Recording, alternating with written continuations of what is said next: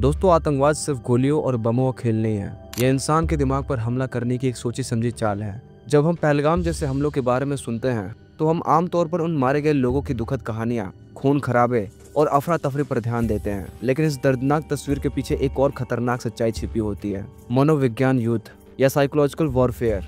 यह डर को हथियार बनाकर समाज को भीतर से तोड़ने की एक गुप्त रणनीति है। आतंकी संगठन हमेशा से सेना को हराने की कोशिश नहीं करते। उनका असली मकसद होता है आम लोगों की सोच, भावनाओं और भरोसे को तोड़ना। जब वे हमला करते हैं तो वे जगह सिर्फ इसलिए नहीं चुनते कि वहां ज्यादा भीड़ है, बल्कि इसलिए कि उस जगह का समाज पर एक विशेष महत्व है।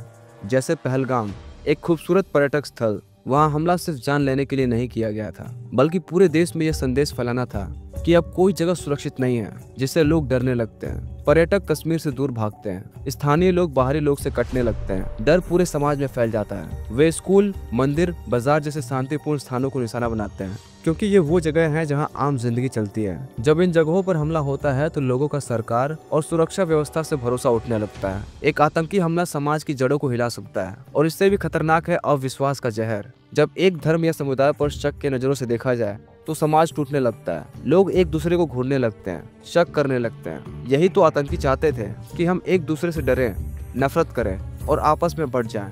मीडिया इन मनोविज्ञान हमले का एक अहम हिस्सा बन जाता है। रोते हुए बच्चे, चीखते हुए लोग, खून से सनी सड़कें, ये तस्वीरें दुनिया भर में आतंकियों का संदेश फैला देती है। जितना ज्यादा डर दिखेगा उतना ही उनका मकसद पूरा होगा। और सबसे घातक हथियार है हमारी भावनाएं।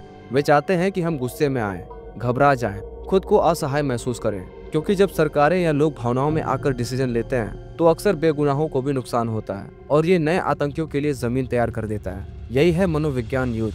यह वही नहीं रुकता जहां बम फटा था। यह हमारे दिल और दिमाग में घर बना लेता है, हमारे सोचने, महसूस करने और जीने के तरीकों को बदल देता है। दोस्तों, असली जंग सिर्फ मैदान में नहीं, हमारे अंदर लड़ी जा रही है, जहां डर सैनिक बन चुका है और समाज खुद एक युद्ध भूमि बन गया है। वीडियो इन्फॉर्मेटिव लगी हो तो लाइक और सब्सक्राइब जरूर कीजिएगा। जय हिंद, जय भारत।